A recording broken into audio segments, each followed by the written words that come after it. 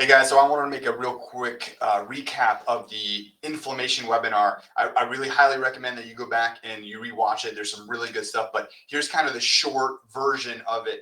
So when we look at exactly what causes this, let me pull this up actually.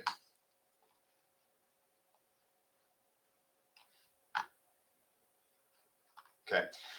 So here's how inflammation actually affects the body. So number one, inflammation affects the brain. Pro-inflammatory cytokines cause autoimmune reactions in the brain, which can lead to depression, autism, poor memory, Alzheimer's disease, and MS. If inflammation is attacking your brain, you're going to be getting symptoms like this. In fact, if you know, so here's the flip side though. If you know someone who has those sort of issues, know that they have some serious inflammatory issues going on in their system. Cardiovascular inflammation in the heart, arterial, venous walls contribute to heart disease, stroke, high blood pressure or high blood sugar, anemia. In the muscles, inflammatory cytokines can cause muscle pain, weakness, manifest as stuff like carpal tunnel, polymyalgia, rheumatoid arthritis, as far as pains go. In the bones, it can cause like increasing number of fractures or bone weakness or osteoporosis. If it happens to the skin, chronic inflammation comprises the liver and kidneys, resulting in rashes, dermatitis, eczema, acne, psoriasis, and even increasing like the aging process of the skin. So things like wrinkles and fine lines. If it attacks the thyroid, you're going to have some serious thyroid dysfunction. It's going to affect a lot of other hormones downstream. So again, if you know someone who has a thyroid disorder, just know that behind that, there's going to be some really serious inflammatory problems that are one of the main causes of that. If inflammation affects the lungs through autoimmune issues, it can affect the lung lining. That can be a cause of things like allergies or even asthma. So if kids have chronic allergies or asthma issues, a lot of it can be caused by systemic, lung inflammation. If inflammation affects the GI tract, you can get autoimmune issues like GERD or Crohn's disease or celiac disorders. And to be honest, if your gut is inflamed, it can lead to a significant amount of these other issues because the inflammation could start in the gut, and too often that's exactly where it does. So if there's inflammation in the muscles, so if someone has like chronic muscle aches or muscle pains, that could really be a gut issue. Just like if someone has real bad osteoporosis, that could be a gut issue. If someone has real bad skin issues, it could be inflammation of the liver, kidneys, or of the digestive tract. So inflammation of the kidneys can result in obviously like hypertension, so high blood pressure, or kidney disorders. Inflammation in the liver could lead to things like fatty liver disease, and that can lead to a lot of downstream effects like toxic buildup because the liver is not able to function properly or detox. So here's some of the main reasons why someone would be getting this systemic chronic inflammatory issues. Remember, very different from acute inflammation where you have an injury and the inflammation is trying to heal you.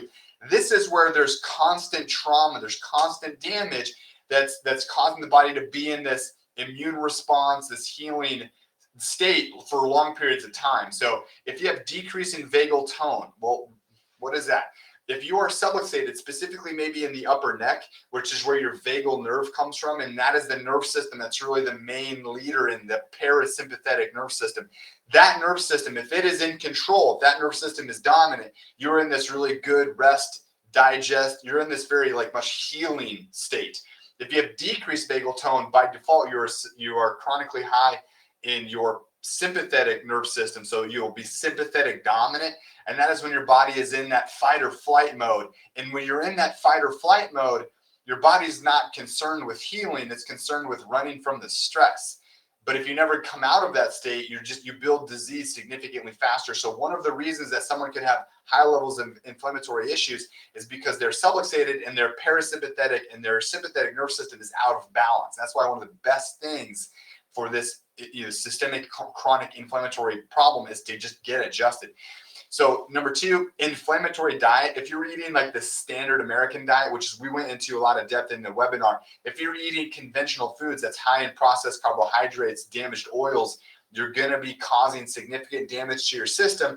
And if you constantly do that, you're going to be in this chronic inflammatory phase. So if you do it once in a while, yes, you will become inflamed, but then your body will heal and then you'll come out of that state. But if you're constantly eating poorly like this, making poor food choices, you're constantly going to be inflamed, and that is how a bunch of the other damage neurologically or whatever is going to be occurring. So food sensitivities, if you've never had a food sensitivity test done, it's really important to understand what that is. In my opinion, I think everybody should do this. When I did my food sensitivity test, it was really interesting to see because a lot of foods that I thought were good for me, I was actually getting an immune response to things like spinach, tomatoes, any sort of raw nuts or seeds. I had inflammatory responses. Obviously, like dairy and gluten were up there. Even like bell peppers, like some of these things that like I thought were really healthy foods and I was eating because I like them. I was getting immune responses to. It was actually causing systemic chronic inflammatory responses. And the scary thing is I didn't really feel bad, but obviously if I was in that state of chronic inflammation, my body was moving toward breakdown and toward disease. If you have low stomach acid, that's another big issue. That's why I highly recommend doing apple cider vinegar drinks on a consistent basis. So every morning I do some lemon in some water with some apple cider vinegar, and I do that every morning. That's going to help with stomach acid levels and stuff like that too. Specifically for like that low stomach acid is one of the number one causes of heartburn, and so that getting your stomach acid levels up are going to help with that, as well as reducing systemic inflammation. So chronic gut infections. Medication use.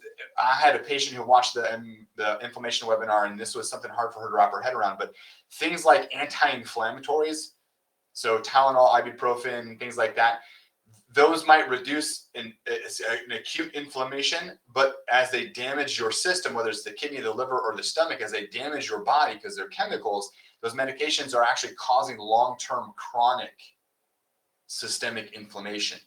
And most medications will do that because most medications they have lots of side effects because they're just chemicals. They're foreign substances, and they're toxins that cause specific physiological responses. And that's where the doctors like to use it because they're causing a specific thing they want to happen, but they're causing all sorts of other things as well. I mean, you cannot take a medication and it not cause some sort of harm or damage. I mean, it's by definition, it's a toxin.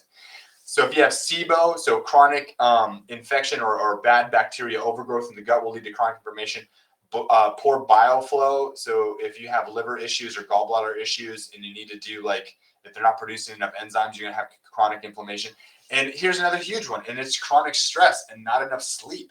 If you're not able to manage your stress, if you're not able to get really good quality of sleep, your body will just be under this, it's just damaged mode. And you're going to be building that chronic systemic inflammation. So those are some of the main causes of systemic root inflammation. Excuse me. And gut inflammation is number one. I mean, if you can just go back and rewatch the gut webinar, you're going to really learn how leaky gut or GI inflammation leads to so many other problems down the road. And if you can do one thing and just heal the gut, you're going to take care of so many of these other inflammatory problems. So go back and rewatch that. So here are some of the main foods that cause chronic systemic inflammation: sugar, bad oils or bad fats, so trans fats, saturated fats, refined carbohydrates, white flour, MSG, gluten, casein, aspartame. So what's worse than sugar is artificial sugar, not like natural sweeteners like stevia or xylitol or erythritol. Those are okay. Those are natural sweeteners, but it's the fake sugars like the sucralose or the aspartame. So if you're doing Splenda or any of that sort of stuff, just know you're doing it because you're thinking that it's going to help with weight loss because it's 0 calorie. The problem is it's actually going to increase things like ghrelin levels, which is a hormone that causes you to gain weight, as well as causing systemic inflammation, which is going to lead to more weight gain too. So, and then obviously another big one is alcohol. It's really bad for the gut, and it obviously hard on the liver, and it can cause some systemic inflammatory problems. Now, I'm not saying you can't ever have these, but just know if you're doing them on a consistent basis, it's going to cause consistent damage. And if you're consistently damaging your body, it can't heal. And if you're always in this damage trying to heal, you're building disease. So again, you can maybe have some of this sometimes, but you got to be very conscious of not doing it consistently because you are going to cause damage that could lead to some major disease processes.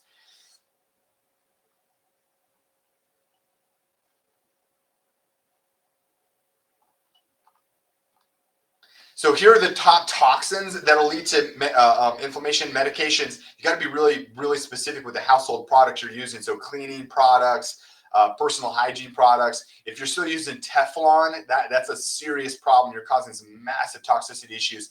If you're drinking just regular tap water, again, there's a lot of heavy metals or chemicals in there like chlorine or fluoride.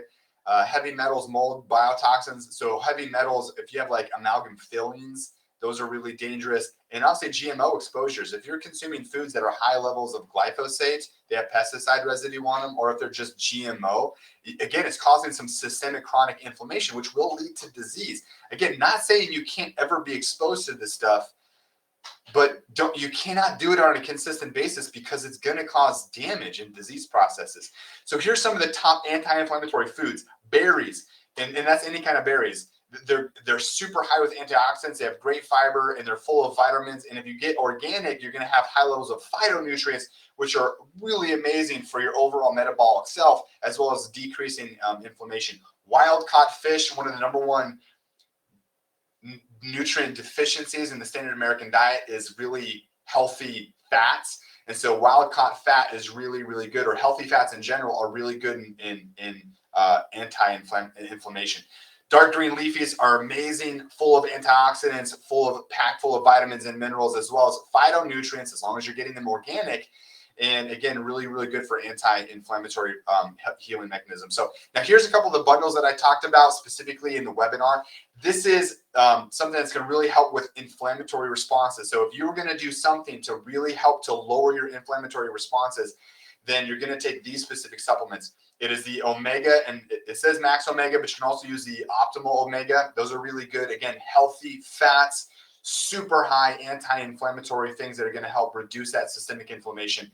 Curcumin is one of the best natural anti-inflammatories. I'm hesitant to say this, but sometimes I'll recommend this as like a Tylenol type alternative. It's not a medication, but it works really good with reducing inflammation. So if you needed to take a Tylenol, this would be a healthy version. But it's really good to take on a consistent basis to lower inflammatory problems, which again are caused by all the things that I talked about. Increasing your greens, and we have two different kinds of greens. We have the chocolate greens as well as the berry flavor. Those are good. You want to make sure you're taking those consistently to help give your body the vitamins and minerals and nutrients that it needs to create healthy metabolic or healthy cells. And it's great for reducing inflammation. In fact, that is one of the things that I love to get into Kensley, my 7-year-old, get into her smoothies, because just like any 7-year-old, she's not a super big fan of vegetables, but it's a great way to get a really good serving of vegetables into her nutrition. So it's a great way to help with even healthy for kids. Here's a blood sugar bundle, and this is really important, especially through this season, because I mean, even I'm guilty of this. I consume a little bit more sugar during this season, and so the chromium chelate is really good to help manage your body's glucose levels as well as the glucose support. And then increasing your fiber intake is always going to help to minimize the negative effects of sugar when it comes to insulin levels.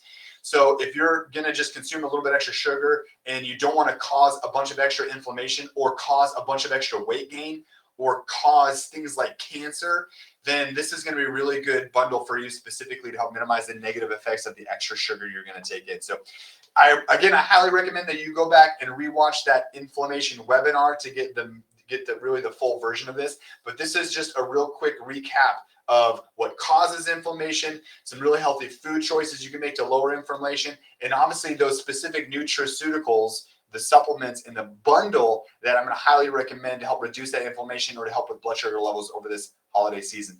So, but again, go back and rewatch the whole thing, but hope you learned something.